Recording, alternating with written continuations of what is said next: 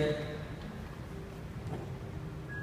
From a woman who sacrificed so much for her family just to provide for them. The woman's name is Fancy, who used to be a very successful businesswoman, turned OFW caregiver. That woman is my mother, and I am here to change that story, to lead her back again to the life she always wanted.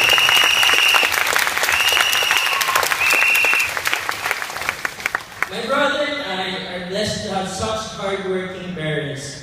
My father is a businessman and has always brought my mom with him in all of his endeavors. They were so hardworking, they would go from one country to another just to make sure they lived their dreams and bless us with the lives they never got to have when they were younger. Unfortunately for them, they lost their business and had to migrate to the US, became illegal immigrants, and pursued jobs we never thought they'd take. They both did it for me and for my brother. They pursued, they fought, they conquered.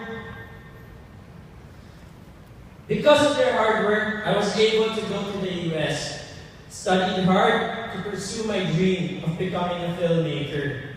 I came home to the Philippines and became the youngest director of ABS-CBN at the age of 26 during that time in 2009.